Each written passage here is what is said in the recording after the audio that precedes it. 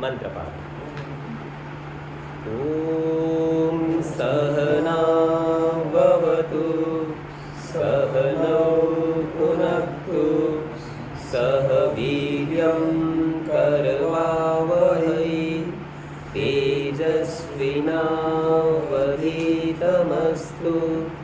मा विद्विषावहै।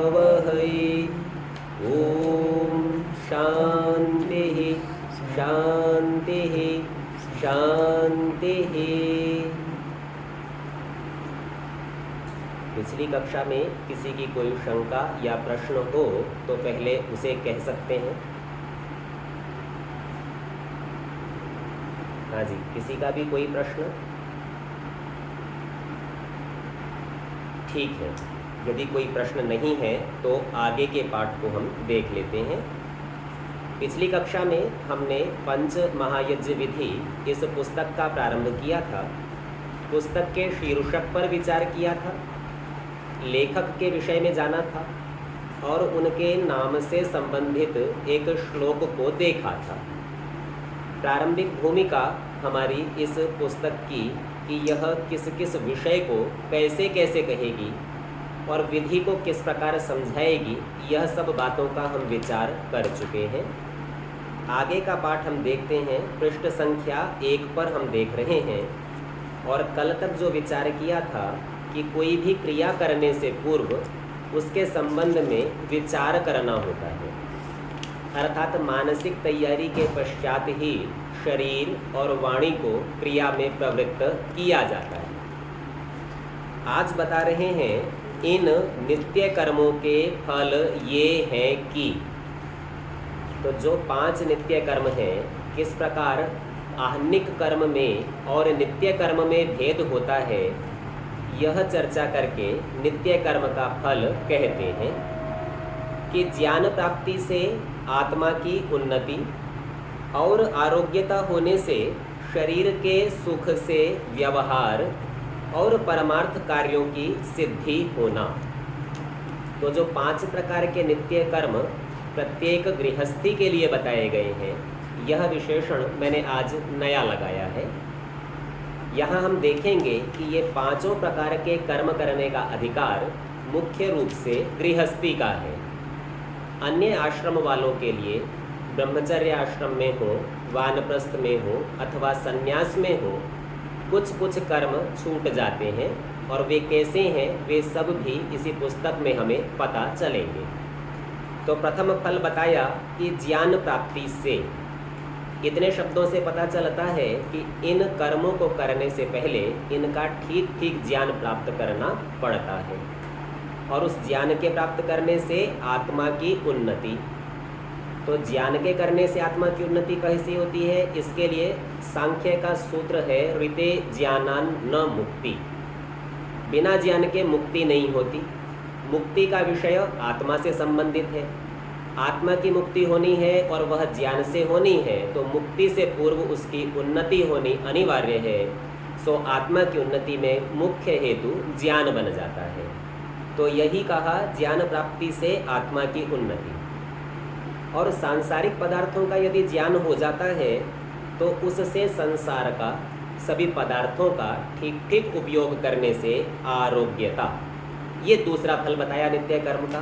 तो ज्ञान प्राप्ति से आत्मा की उन्नति और आरोग्यता होने से शरीर के सुख से। तो शरीर यदि आरोग्य है, रोग से रहित है, तो उसमें अत्यंत सुख होगा और इस सुख के व्यवहार और परमार्थ कार्यों की सिद्धि होना। यहाँ व्यवहार से तात्पर्य सामान्य लौकिक व्यक्तिगत व्यवहार है और परमार्थ कार्यों से तात्पर्य परोपकार है।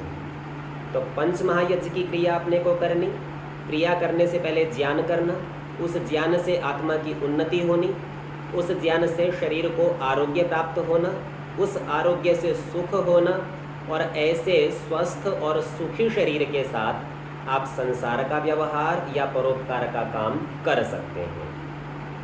अब इन सारे शब्दों को आप एक अनिवार्य श्रृंखला समझिए।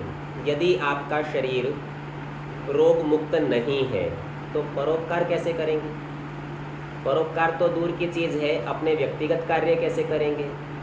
आपके पीठ में, पैर में, मस्तक में बहुत अधिक पीड़ा हो तो आप अपनी सामान्य दिनचर्या भी नहीं कर पाते हैं। और ऐसे में यदि आपसे कहा जाए, हाँ जी थोड़ा अमुक व्यक्ति को पढ़ा दीजिए, किसी के यहाँ यज्ञ करा दीजिए, किसी के साथ कोई ज्ञान चर्चा कर लीजिए, तो आपका सबसे पहला जो उत्तर होगा कि भाई आज स्वास्थ्य ठीक नहीं, आज हमें अवकाश दीजिए। तो इससे अपने को क्या समझ में आया कि पंच महायज्ञ करने का अधिकारी कोई स्वस्थ व्यक्ति हो सकता है। केवल स्वास्थ्य हो और संपत्ति ना हो तो इन यज्ञों को करेगा कैसे? तो संपत्ति के होने से जो सुख, जो निश्चिंतता है, वह भी अनिवार्य हेतु इन पंच महायज्ञों के करने के लिए है। तो अपने मन में कई बार ये विचार आता है, व्यापार करें कि ये पंच महायज्ञ करें, कि कौन से को पहले करें, कि किसके लिए अवकाश निकालें। तो नौकरी करेंगे, दुकान पर बैठेंगे, या तो ये पंच महायज्ञ करेंगे। तो ऐसा समझना चाहिए कि लोक में किसी भी कार्य, किसी भी पदार्थ के दो स्तर होते हैं। एक को आप प्रधान कहते हैं और दूसरे को गौण कहते हैं। प्रधान के लिए आप गौण को बदल लेते हैं। कल्पना कीजिए आपको यात्रा करनी है, जोधपुर से और अजमेर की यात्रा करनी है। आपने विचार किया चलिए रेलगाड़ी से चलेंगे, लेकिन कुछ बात ऐसी हुई रेल नहीं चल रही, अथवा आप विलंब से उसके स्थान पर पहुंचे और रेल निकल गई। तो आप अजमेर जाना ही स्थगित नहीं करते, आप कहते हैं चलिए रेल नहीं तो बस से चलते हैं। तो अजमेर पहुंचना प्रधान था और वो जो वाहन का प्रयोग था वह गौण था। तो आपने प्रधान की सिद्धि के लिए गौण को बदल लिया। ठीक इसी प्रकार से पंच महायज्ञ प्रधान है और अन्य सारे संसार का व्यापार गौण है। तो अपने को यदि ये लगे कि पंच महायज्ञ के लिए बाधा हो रही है तो संसार की दिनचर्या को, संसार के व्यवहार को बदल लें। तो इस प्रकार के व्यवहार से अपने को पता चलेगा कि कौन सा करना जरूरी। पर तुरंत एक विचार आपके मन में उठेगा, पंच महायज्ञ तो करना है और वह करने के लिए मेरे पास सुख, स्वास्थ्य और संपत्ति तीनों चीज़ चाहिए। तो कैसा होगा? इन क्रियाओं को करने से पहले जैसे ही आपको ज्ञान होगा और उस ज्ञान से आपको ये समझ में आएगा आवश्यकताएं तो बहुत थोड़ी सी हैं, इच्छाएं बहुत अधिक हैं। तो उस ज्ञान से आप अपनी इच्छाओं को रोककर और आवश्यकताओं की पूर्ति करेंगे और आप क्या पाएंगे कि पंच महायज्ञों के करने से बचे हुए समय में मैं जो भी व्यापार करता हूँ उससे सहजता से इतनी आय प्राप्त कर लेता हूँ कि सुखी रह सकता हूँ, संतुष्ट रह सकता हूँ। तो इस प्रकार की मानसिक और शारीरिक संतुष्टि के पश्चात आप पंच महायज्ञ को करने के अधिकारी हैं। नहीं तो कैसा होगा? यदि आप सुखी और संतुष्ट नहीं हैं, हवन तो कर लेंगे, वो बड़ी बात नहीं है, आपका रोज का अभ्यास है, मंत्र बोलना, आहुतियाँ भी पड़ जाएंगी, पर आपका विचार और आपका ध्यान, एकाग्रता वहाँ नहीं होने से आप उसका पूरा लाभ नहीं ले पाएंगे। जलवायु शुद्धि हो जाएगी, उसमें कोई संशय नहीं है, और यदि अधिक असावधान रहे तो पता चला अग्नि से हाथ जला बैठे, अथवा जलते हुए अग्नि बुझ गई थी, धुआं धुआं हो गया और फिर आप दुखी हो रहे हैं, खांस रहे हैं। तो इस प्रकार की जितनी भी क्रियाएं हैं ये सुखी होने पर, मन के प्रसन्न होने पर और संतुष्ट होने पर ही उत्तम रीति से हो सकती हैं। इसीलिए अपनी सभी क्रियाओं में प्रधान यदि आप पंच महायज्ञ को बना लेंगे तो आपका लक्ष्य कैसा होगा? व्यापार से इतना धन कमाना है और इस धन से पंच महायज्ञ अवश्य करना है। तो यह बात यहाँ बताई। तो शरीर के सुख से व्यवहार और परमार्थ कार्य, इन सब की सिद्धि इस प्रकार होती है। अब इन सब के करने से क्या होगा? तो कहते हैं उससे धर्म, अर्थ, काम और मोक्ष ये सिद्ध होते हैं। ये चार चीज़ें शास्त्र में पुरुषार्थ चतुष्टय के नाम से कही गई हैं। तो मनुष्य जीवन के ये चार लक्ष्य हैं और इनके अंदर एक श्रृंखला है, एक योजना, एक स्वरूप है, उसको समझिए। धर्म हम सब समझते हैं, परोपकार का कार्य। अर्थ से तात्पर्य है धन का कमाना, संचय करना। काम का अर्थ है अपनी इच्छाओं को और गृहस्थ के धर्म का पालन करना। और मोक्ष वो है जो संसार से छूटने पर आपको मिलेगा। इसकी योजना इस प्रकार की है कि धर्म पूर्वक अर्थ और काम के करने से मोक्ष होता है। तो अपने को मुख्य काम दो करने हैं, एक धन कमाना है, एक सुख सुविधाएं और गृहस्थ का पालन करना है। पर ये दोनों काम कैसे करने हैं? बोले धर्म पूर्वक करने हैं। और धर्म पूर्वक ये दोनों काम करे तो मोक्ष निश्चित है। तो ये एक श्रृंखला, एक योजना जो यहाँ इस पंक्ति में दिखाई दे रही है। तो पंच महायज्ञ हमारे धर्म से संबंधित, हमारे अर्थ से संबंधित और हमारे काम से, इनसे तो प्रत्यक्ष संबंधित है। और इससे जो परोक्ष सिद्धि होने वाली है वह मोक्ष है। तो कोई ये सोचे जी 5 महायज्ञ करेंगे तो इस संसार का मात्र सुख मिलेगा, वो तो मिलेगा, उसमें तो कोई संशय है नहीं, पर उससे आगे बढ़कर मोक्ष भी अवश्य मिलेगा। इनको प्राप्त होकर मनुष्यों को सुखी होना उचित है। तो जब आपकी कामनाओं की पूर्ति होगी, आपके पास धन पर्याप्त मात्रा में होगा और आपकी मुक्ति निश्चित हो चुकी, तो आपके पास दुखी होने का कोई कारण नहीं रहेगा। तो इससे ये समझ में आया ये पंच महायज्ञ विधि प्रत्येक मनुष्य के लिए, उसमें भी विशेष करके गृहस्थी के लिए करना क्यों अनिवार्य है। प्रत्येक मनुष्य सदा सर्वदा सुख की कामना करता है।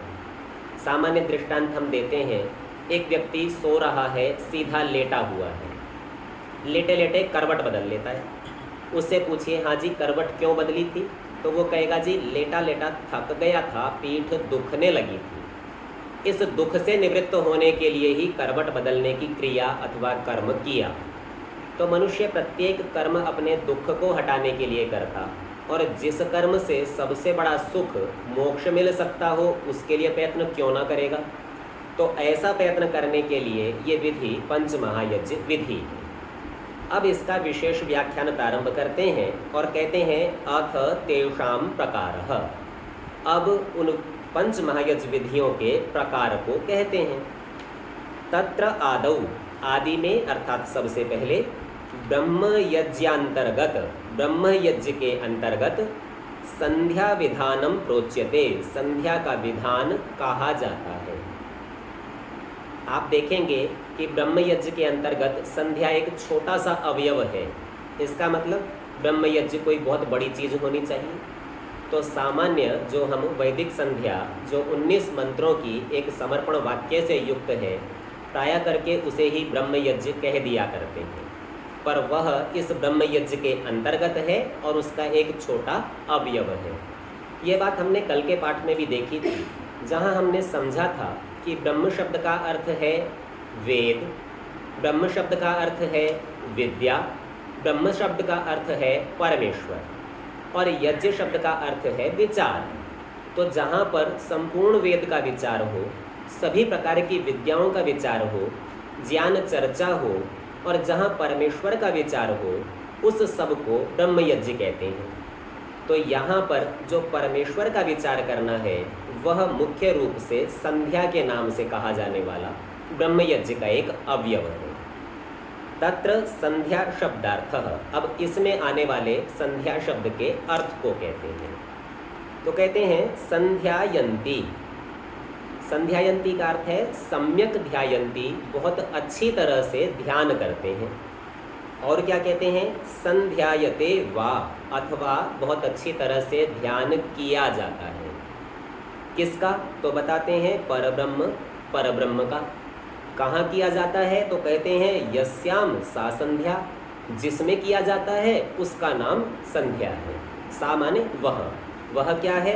तो उसकी परिभाषा की संध्या, संध्या वो ही है जिसमें बहुत अच्छे से ध्यान करते हैं अथवा परमेश्वर का जिसमें ध्यान किया जाता है। तत्र रात्रिंदिवयोः, तत्र का अर्थ वैसे तो सामान्य तौर पर वहाँ होता है, और यहाँ प्रकरण संध्या का है तो संध्या में। ये कब कब होती है? तो बता रहे हैं रात्रिंदिवयोः, रात्रि में और दिन में, और इन दोनों के संधि वेलायाम, जब रात्रि और दिन जुड़ते हैं, संधि का काल होता है, उस वेला में उभयोः संध्यायोः, दोनों जो संध्या समय है, तो प्रातः काल में रात्रि का अंत है, दिवस का प्रारंभ है, तो दोनों की एक संधि है, जोड़ है। और सायंकाल में दिवस का अंत है और रात्रि का प्रारंभ है, तो यह दूसरी संधि है। तो उभयोः संध्यायोः, दोनों संधि काल में, वह संधि रात्रि और दिन की हैं, उसमें सर्वैर मनुष्यैर अवश्यम, सब मनुष्यों के द्वारा अवश्य ही, परमेश्वरस्य एव, परमेश्वर की ही स्तुति प्रार्थना उपासना कार्याः, स्तुति प्रार्थना और उपासना करनी योग्य है। एक बात जो यहाँ पर एव शब्द से कही, एव कार्य निर्धारण के लिए होता है, अर्थात इस संधि काल में संध्या करनी है, अर्थात बढ़िया ढंग से ध्यान करना है। किसका करना है? तो कहा परमेश्वरस्य एव, परमेश्वर का ही करना है और किसी का नहीं करना। और इस एव कार्य से एक और नियम समझिए कि इस समय में संध्या ही करनी है और कोई काम भी नहीं करना। तो कोई व्यक्ति सोचे मौसम अच्छा है, वातावरण अनुकूल है, चलिए खेल लेते हैं, अथवा परस्पर वार्तालाप कर लेते हैं, अथवा व्यापार कर लेते हैं, तो उन सब का ये निषेध है। और ये कहता है कि संधि काल में दिन और रात्रि के मिलने के समय में केवल संध्या करनी, और संध्या में भी केवल परमेश्वर का ही ध्यान करना, अन्य किसी का नहीं करना। ये क्रिया प्रारंभ कैसे होगी? पहले इसकी तैयारी के क्रम को बताते हैं। तो कहते हैं आदौ शरीर शुद्धि ही कर्तव्या। आदौ अर्थात आदि में, सबसे पहले क्या करना? शरीर शुद्धि, शरीर को शुद्ध कर लेना।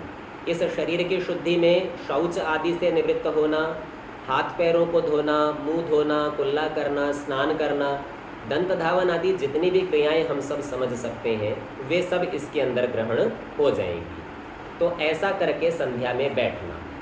लेकिन ये एक सामान्य नियम है, इस नियम में अपवाद भी मिल सकते हैं, तो उसकी एक बहुत सामान्य चर्चा करते हैं। आप रात्रि में सोए, समय से सोए, विचारपूर्वक मंत्र पाठ करके सोए, शरीर स्वस्थ था, और किसी कारणवश रात्रि में, मध्य रात्रि समझिए 2 बजे, 1:30 बजे, 2:30 बजे आपकी निद्रा खुल गई, और निद्रा खुल के आप उठ बैठे। आपने पुनः प्रयत्न किया कि निद्रा आ जावे, आई नहीं, लेकिन मन स्वस्थ है, किसी प्रकार की बाधा नहीं लग रही, आलस्य नहीं लग रहा, जग गए हैं, तो क्या करें? संध्या कर लें। शरीर शुद्धि तो नहीं की, शौच तो अपने समय पर होगा, दिनचर्या में बंधा हुआ है, और यदि आप नहाना धोना करेंगे, अन्य काम करेंगे, तो हो सकता है आपका विचार बदलने लगे।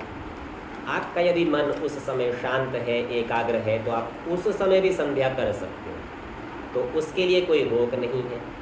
इस बात का हमें कैसे पता चलता है? तो इसी क्रम में जब हम आगे देखेंगे कि इस शुद्धि का प्रयोजन क्या है, तो यदि वह प्रयोजन हमारा पहले से ही सिद्ध है तो शुद्धि करने की आवश्यकता नहीं, और यदि प्रयोजन सिद्ध नहीं है तो शुद्धि को अवश्य कर लेंगे। तो कहते हैं ये जो शरीर शुद्धि है ये कैसे करनी? तो कहा सा बाह्या जलादिना।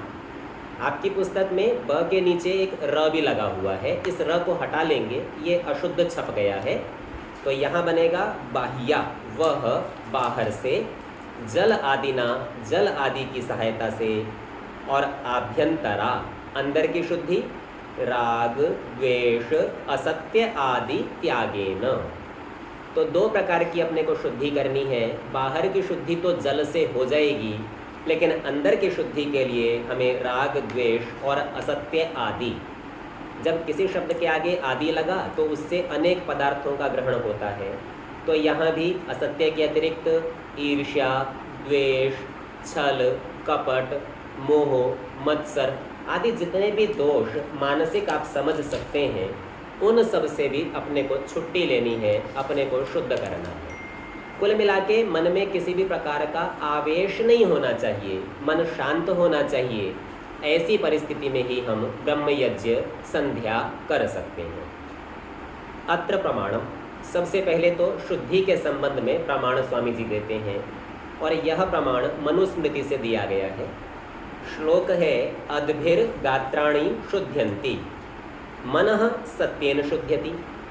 अद्भि नाम है जलों का, तो जलों के द्वारा क्या होता है? गात्राणि शुद्ध्यन्ति, गात्र अर्थात शरीर शुद्ध होते हैं। मनः सत्येन शुद्ध्यति, मन किससे शुद्ध होता है? तो कहा सत्य से शुद्ध होता है। यदि हमारे मन में, कोई विचार में, वाणी में कहीं भी किसी प्रकार का असत्य है तो उससे मन शुद्ध नहीं होगा। मन शुद्ध नहीं होगा तो ब्रह्मयज्ञ संध्या भी पूरी नहीं हो सकेगी। आप प्रयास कर सकते हैं, प्रयास अवश्य करना चाहिए। ये नहीं सोचना कि हमने तो कल असत्य बोल दिया था तो आज संध्या ही नहीं करेंगे, ऐसा नहीं। अभी तो ये संकल्प ही संध्या में लेना कि कल तो पूर्ण सत्य नहीं बोल पाए थे, आज अवश्य सत्य ही बोलेंगे। तो ऐसे संकल्प से मन की शुद्धि की क्रिया प्रारंभ हो जाएगी और शुद्ध मन से हम ईश्वर का ध्यान कर पाएंगे। ईश्वर के ध्यान से जो ऊपर बताया था पुरुषार्थ चतुष्टय वह सिद्ध होने लगेगा। अगले पृष्ठ पर इसी श्लोक की अगली पंक्ति में कहते हैं विद्या तपोभ्याम भूतात्मा। विद्या और तप से, इन दोनों के द्वारा क्या होता है?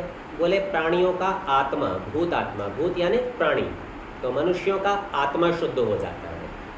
तो हम देख रहे हैं कि शरीर को शुद्ध करने के लिए जल की आवश्यकता थी, मन को शुद्ध करने के लिए सत्य की आवश्यकता थी, और मन से सूक्ष्म आत्मा को शुद्ध करने के लिए विद्या और तप की आवश्यकता है।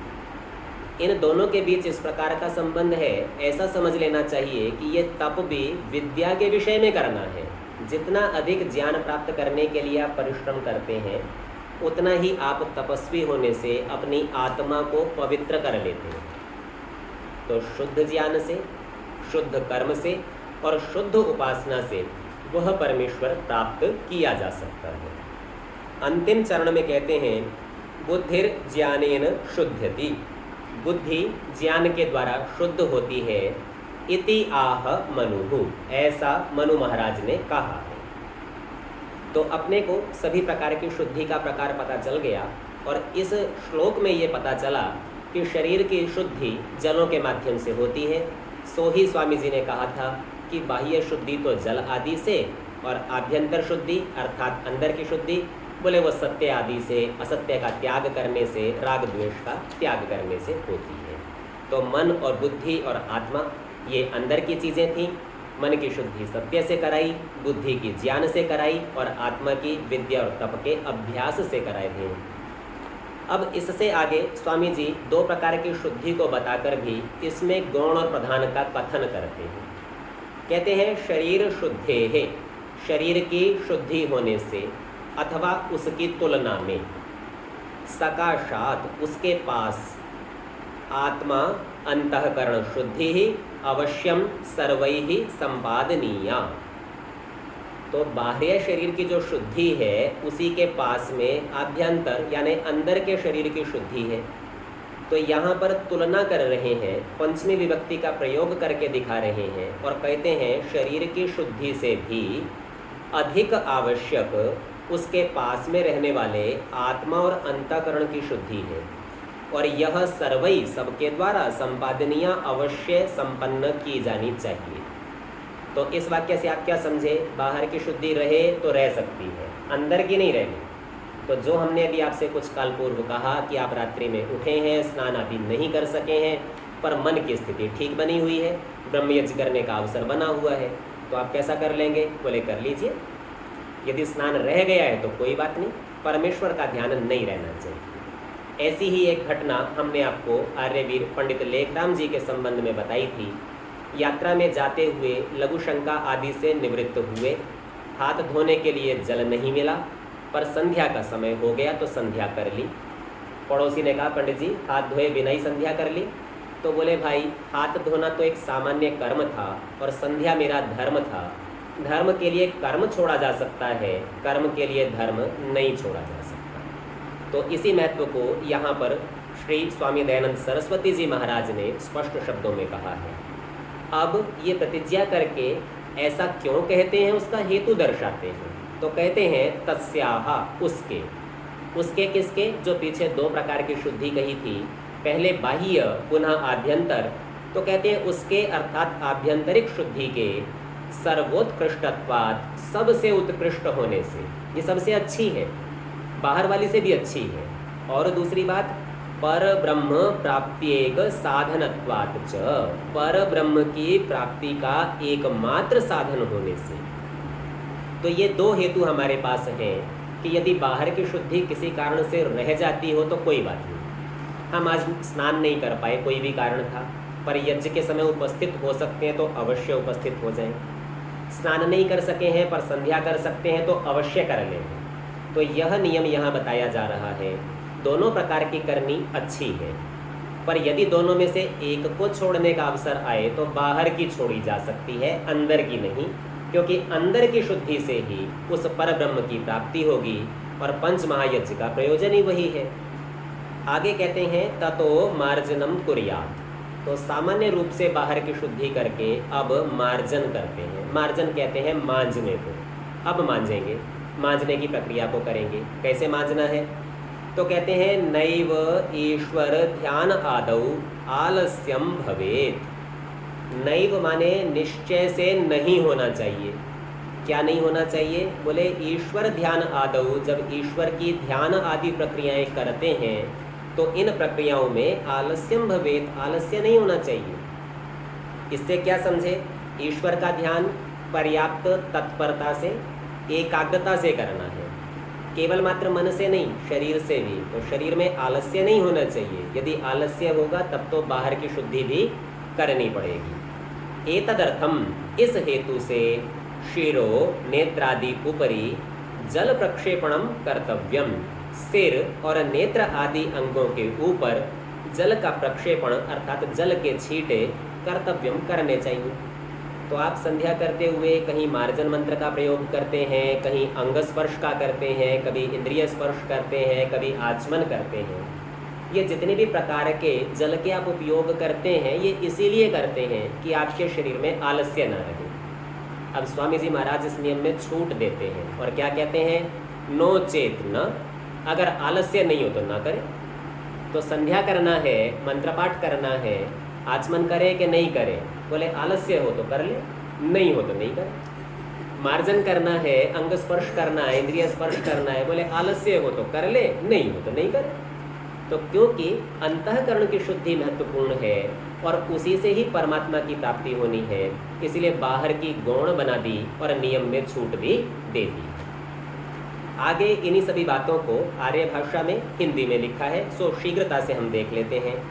कहते हैं अब संध्योपासना आदि 5 महायज्ञों की विधि लिखी जाती है और उसमें के मंत्रों का अर्थ भी लिखा जाता है।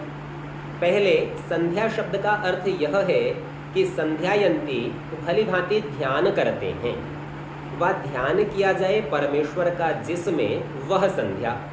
सो रात और दिन के संयोग समय दोनों संध्याओं में सब मनुष्यों को परमेश्वर की स्तुति, प्रार्थना और उपासना करनी चाहिए। तो स्तुति, प्रार्थना और उपासना की कोई छूट नहीं है। बाहर की शुद्धि हो नहीं हो उससे कोई मतलब नहीं है। यहाँ एक बात और ध्यान रखनी चाहिए, इस समाज में कुछ परंपराएं चलती रहीं और उन परंपराओं में 3 काल संध्या करने का विधान चल पड़ा और वो कहने लगे, बोले देखो जी ये दोपहर का समय भी प्रातः काल का जो पूर्वार्ध है दिवस का और जो सायंकाल का उत्तरार्ध है दोनों का संधि काल है, इस संधि काल में भी संध्या करिए। आपके लिए संध्या क्या है? संधि काल है, तो यहाँ भी संधि है। यह चर्चा सत्यार्थ प्रकाश में भी उठाई गई। जब वहाँ आई तो स्वामी जी ने वहाँ भी बड़ा रोचक समाधान किया। वहाँ बोले फिर इसी को क्यों देखते हो, मध्य रात्रि में भी तो संधि है ना, तो आधी रात में उठकर भी संध्या करो। और उतना ही क्यों, प्रत्येक घंटे की भी संधि है, 1 घंटा अगले से जुड़ता है, वहाँ भी करो। और घंटे पर क्यों, प्रत्येक क्षण की भी तो दूसरे क्षण से संधि है, तो हर एक क्षण में संध्या कैसे करोगे? तो इसलिए बताया कि नहीं, ये तो तर्क और युक्ति से हुआ कि 2 ही संधि काल हो सकते हैं, इसीलिए उभय काल संध्या ही है। पर क्या इस युक्ति के अतिरिक्त कोई प्रमाण भी है? तो सत्यार्थ प्रकाश में और इसी के साथ साथ उपदेश मंजरी में स्वामी जी महाराज ने इन प्रमाणों को उद्धृत किया है। वहाँ पर सबसे पहले स्वामी जी लिखते हैं, यजुर्वेद और सामवेद के ब्राह्मण को देखिए। ब्राह्मण का तात्पर्य इन वेदों का व्याख्यान करने वाला ग्रंथ। तो सामवेद का एक ब्राह्मण है जिसका नाम है षड्विंश ब्राह्मण। उसका वाक्य स्वामी जी ने उपदेश मंजरी में उपस्थित किया। कहते हैं, तस्माद अहोरात्रस्य संयोगे संध्याम उपासित। तस्मात अर्थात उस हेतु से, कौन सा हेतु वो ऊपर बता चुके कि हमें परमेश्वर प्राप्त करना है, ये हेतु है। क्या करना? अहोरात्रस्य, अह नाम दिन का, रात्र नाम रात्रि का, तो जो दिन और रात्रि का संयोगे, संयोग काल है, उसी में संध्या उपासना करें। तो यह सामवेद के षड्विंश ब्राह्मण के अंदर यह एक प्रमाण आया। दूसरा प्रमाण स्वामी जी ने वहीं पर उपस्थित किया है तैत्तिरीय आरण्यक से। वहाँ कहते हैं उद्यंतम अस्तम यान्तम आदित्यम अभिध्यायेत। उद्यंतम अर्थात जो उदय हो रहा है, अस्तम जो अस्त हो रहा है। ऐसा दो ही समय में संभव है, मध्याह्न में तो उदय और अस्त नहीं होता। तो उद्यंतम अस्तम यान्तम, जो उदय होने के लिए जा रहा है, जो अस्त होने के लिए जा रहा है, इस प्रकार का जो आदित्य अर्थात सूर्य है, उसको अभिध्यायेत, उसके सामने बैठकर ध्यान करें, अर्थात स्तुति प्रार्थना और उपासना का कार्य करें। तो यहाँ हमने जान लिया कि संध्या के काल कौन कौन से हो सकने संभव है। उस संध्या के काल में परमेश्वर का ध्यान ही करना है। दूसरी बात, परमेश्वर ही का ध्यान करना है, अन्य कोई कार्य नहीं करना। उसकी विधि में दो प्रकार की शुद्धि है, बाहर की और अंदर की, और दोनों में से अंदर की अधिक महत्वपूर्ण है। बाहर की तो नैमित्तिक है, आपको आलस्य आदि है, आँख मसलने की इच्छा है, आँख खुली नहीं रही है, मन एकाग्र नहीं हो रहा है, तो चलिए मार्जन कर लेंगे, अंग स्पर्श कर लेंगे, आचमन कर लेंगे, नहीं तो नहीं करेंगे, कोई बात। तो इस प्रकार महत्वपूर्ण क्रिया को पहले और उससे अपने प्रधान लक्ष्य को प्राप्त करना, ये संध्या की प्रारंभिक तैयारी है। आज के पाठ का समय समाप्त होता है। आपने इस पाठ पर पर्याप्त विचार करके जो शंकाएं बनाएंगे उसको हम कल के पाठ में पाठ से पूर्व ही देख लेंगे।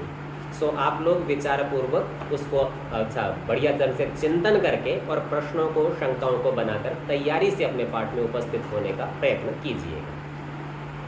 ओ